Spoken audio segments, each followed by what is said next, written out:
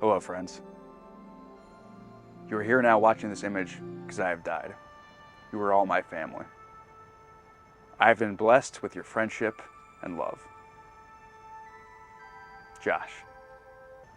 We've known each other a long time. I have never liked you.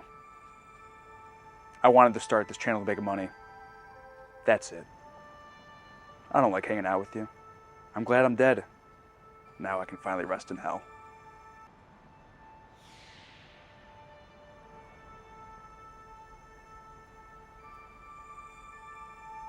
What the fuck? Data, something's got me! A sinister creature threatens murder Please stop hurting him! and traps Counselor Troy in a shipwrecked vessel. One of you is going to die. Now it's a struggle to stop the alien's savage power. Get them up, now! But one of the crew will bid a tragic farewell on Star Trek: The Next Generation. Well, I'm not dead. But you know who is? Tasha Yar is dead. And the amount of times in this show, or not just by this show, I mean Star Trek in general, he's dead. You know, it's like, and it's a member of the crew. They're not dead. But no, Tasha's dead. And like, I knew it was coming, like it was spoiled for me, because I watched Red Letter Media's videos years ago, so I kind of forgot about it, and then I saw the tar monster, and it clicked in the back of my head. I'm like, oh no, it's happening. And it still doesn't feel real. Yeah, it's going to be so difficult to talk about this episode because I feel like there's so much to break down.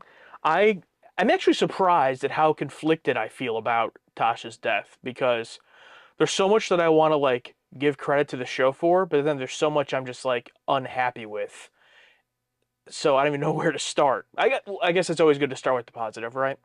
So we could start with, look, we always make fun of the show for killing off characters and they're never dead. They come back in the same episode. You can never take it serious. Yes, my human brain knows that she was killed off because of some not in-show reason. There's some off-screen reason that she got killed. They didn't just make the decision to kill this character in the show. I think that's probably common sense. But at least in the canon of the show, you have to at least act as if it could happen to anyone else, even though this episode didn't convince me of that. But she's dead. It happened. A character that they built up in the first 22 episodes of the show died, and I never expected that to happen in the entirety of this show. So all bets are off, I guess. Yeah, true. I'd say I did, in between filming the reaction and this, I did some research to see why, but you, obviously, all of you know this, and you're going to comment what happened, so why even bother? But yeah, and this is like the first death that's been teased in this show, specifically Next Generation. Like main cast. Cast, yeah. The holodeck episode teased the one of the other guys on the crew he got shot. It's like, oh, he actually got shot. It's like, that was tense because he wasn't a main guy. Like, this guy could die.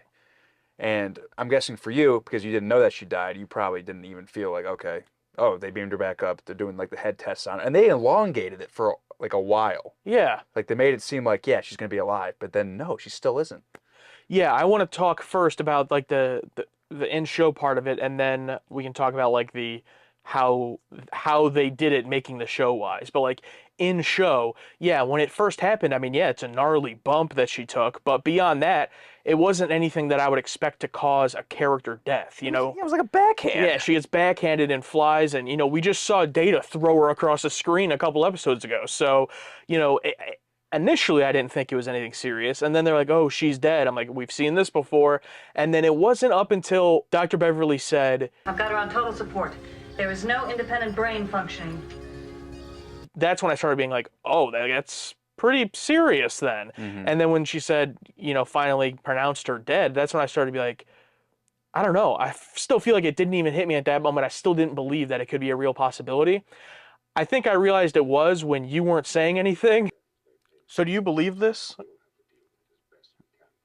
I didn't want to ruin it for you. I'm Yeah. like, I didn't know what, I was frozen. I'm like, what do I do? What do I do? Yeah. I can't ruin this for him because if he thinks this is like a work or not. Yeah, then I'm in my head about it, but I'm trying not to be in my head because I'm trying to like enjoy the show as it's happening. I couldn't almost. Like it took me a good amount of time to like get back into the episode, because in my opinion, this is kind of where it gets into the negative, but like it kind of just like is awkwardly shoved in the beginning slash like middle of this episode. And it's like, now you expect me to just like recover from this and go back to enjoying the episode. It felt very awkward. Yeah, she died at what, like 15 minutes in? Not even. Yeah, it just sucks that she had like a nice scene with Worf, and I think they were finally gonna like develop their relationship more because they're kind of like in similar positions, and then You bet on me? A sure thing. just like a TV trope, it's like, oh, side character's getting some extra screen time today.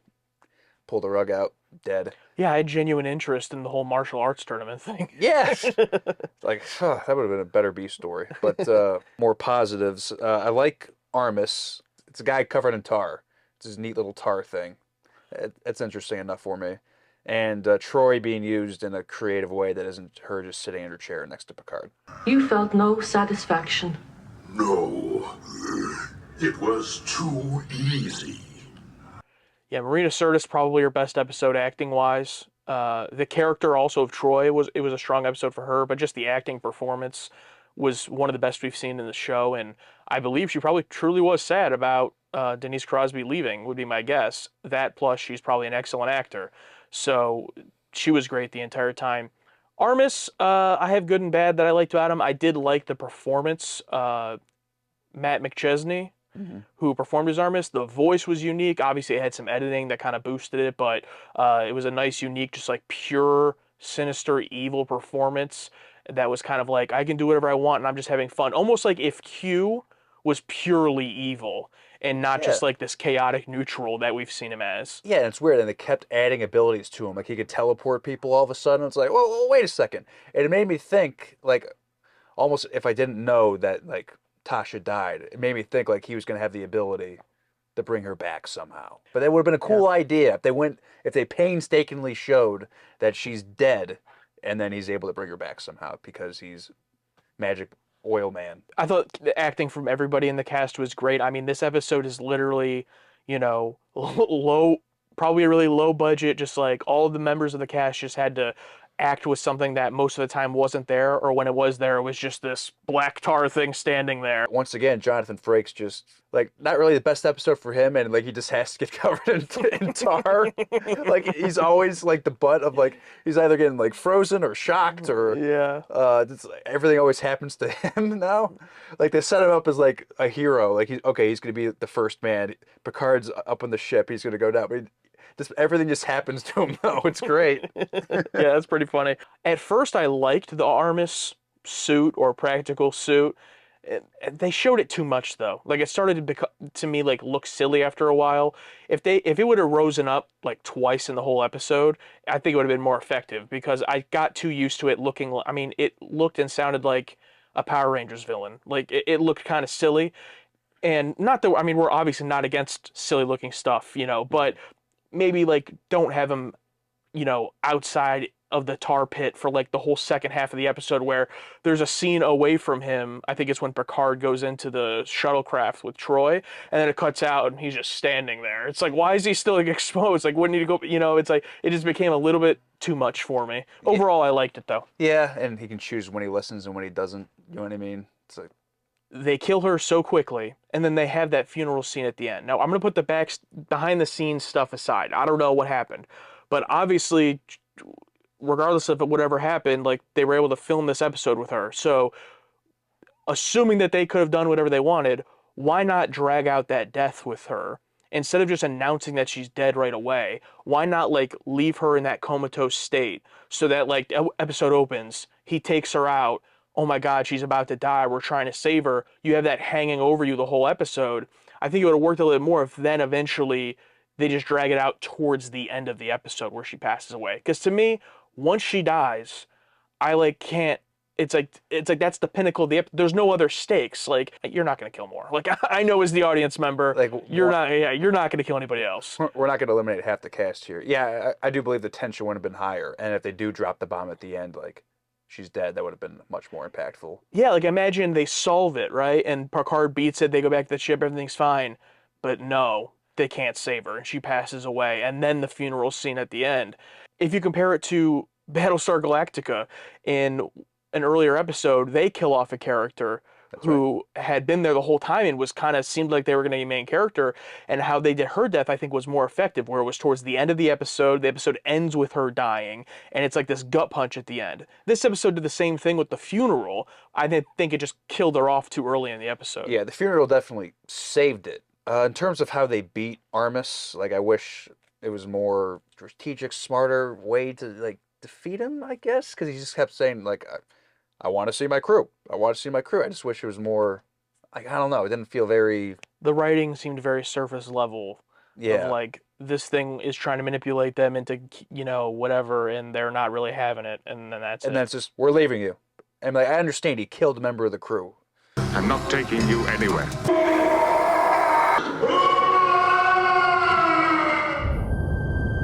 Comedic ending. It's like... Horrible. Yeah, it's like, Yeah, I mean, I really don't even have much else to say when it comes to that whole on the planet. Nice to see that set, as always. The planet set. Probably the worst paced episode. Like, there's a moment where I'm like, is this a two-parter? Yeah. Like, it was the longest 45 minutes ever. Yeah, and that on top of what happens made it extra, but I agree too. Even before Tasha's death, I was thinking that, like, the score was really good.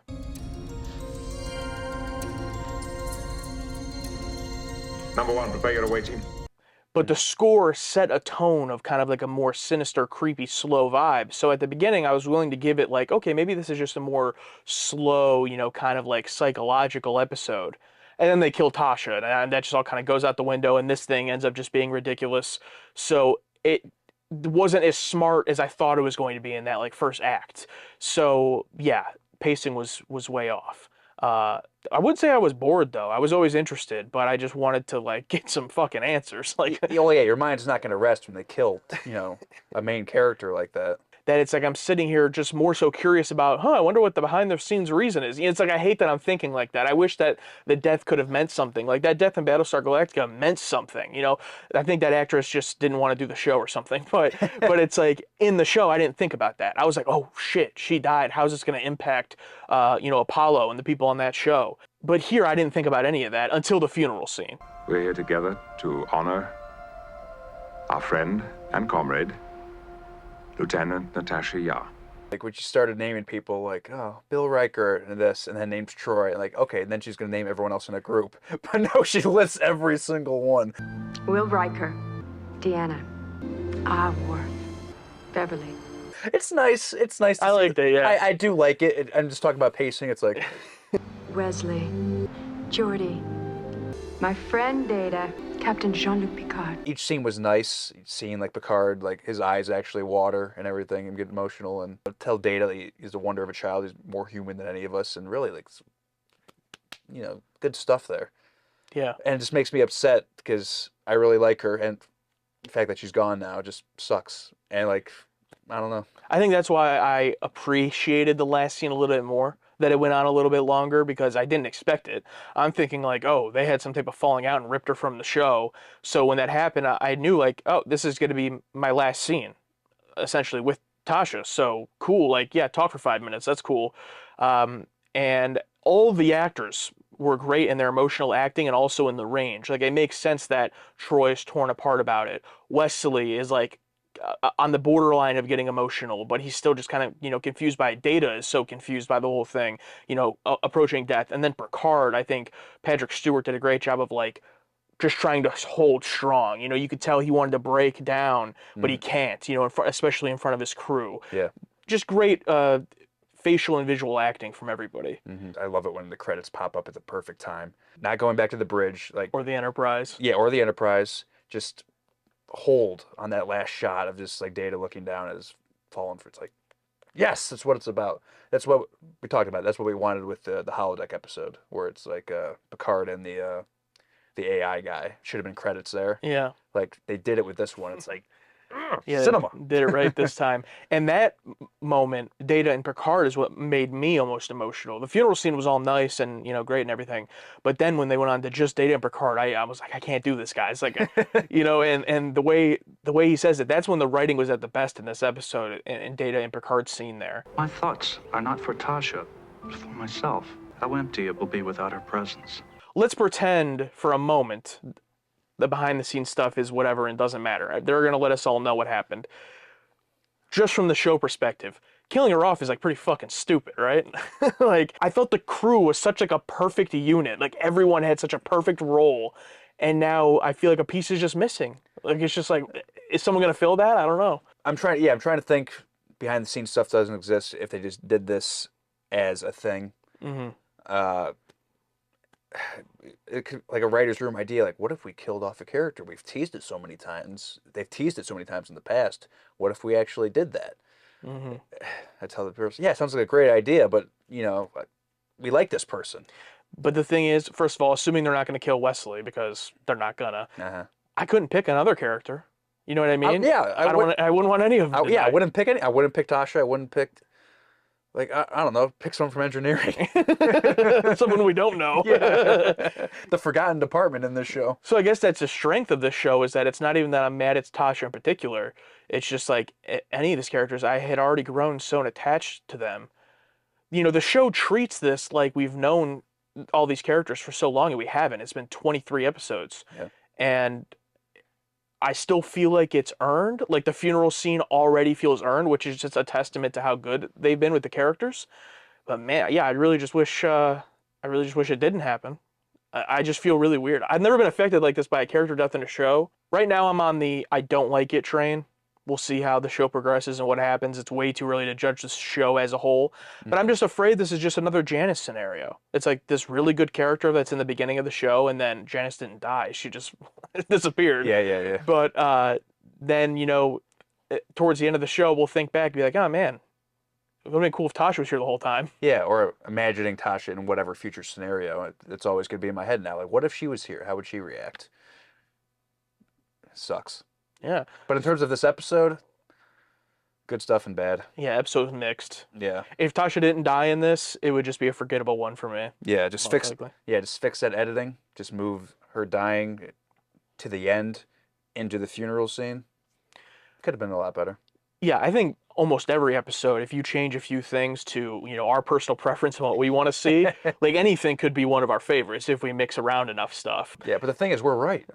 Yeah, we're right, because it's our opinion. It's our opinion, and we're self-aware. Did I miss the point? No, you didn't, Data. You got it. Let's jump into the patron takes. Oh, yeah, let's. I can't wait. So we're going to look at our patron takes, guys. This is where our patrons let us know what they think of the episode. And I would say on average for most patron takes, there's usually about somewhere between 30 and 50 comments on there for any given episode. There are over 100 for this episode. Oh my God. So I knew this episode was going to be something. I didn't know what that meant, but I saw the number and I'm like, okay, does this mean it's really good, really bad? This isn't what I expected, but obviously we're not going to be able to read anywhere near all of these. So we're only going to read a few, but go check out the whole discussion over on our Patreon for everything they have to say here. Yeah, how do we even pick? All right, this one's from Synok the Hodgeheg. Your name's going to drive me nuts.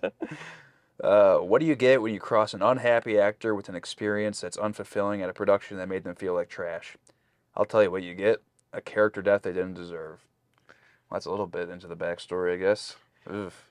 Yeah, that's rough. That very unfortunate if that's the case. And I mean, so many people say the show finds its footing in like the third season. Was it like Denise Crosby just like couldn't hang on? Like everyone else was okay hanging on, but she was like, no, this is trash. I can't do this. Yeah, maybe she wanted to explore other avenues as a career. Like, this show's garbage. I don't know. If only we were around, we could have told her the first season's actually good. Just wait, Tasha. Who are you? This one is from Cash Wednesday.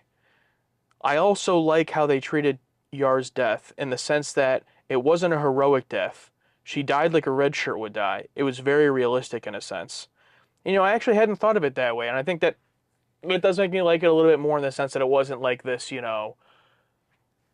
big drawn out or big sacrifice, whatever. Yeah, it was just like, that's how people die. Especially in this line of work, we've seen it so many times with red shirts, and different people that, yeah, you're just doing your business day to day, and you could just die at any obstacle, and it probably won't happen again for any of the main cast. But yeah, I think that's why it caught me so off guard. It's like, oh, that wasn't like a big deal. What do you mean she's dead? Yeah, that's a good point. This one's from Glenn Johnson Barnes. I can finally stop cringing at all of the wink, wink, look at Tasha wave. Apparently, she was waving in the Symbiosis episode. It was filmed after this, which is weird. Because she was waving because it was her last day on set, I guess. There's a shot of her waving. I don't know. Let me continue reading here. Not really, but sort of kind of spoilers. So my question is, were you guys genuinely surprised? In fairness, I actually remember her death was spoiled in '88. I'm pretty sure even in the episode previews.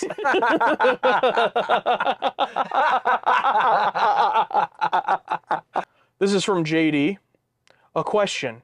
If Denise Crosby had stayed on, what would you have liked to see more? A deeper relationship with Data, someone else on the crew, more exploration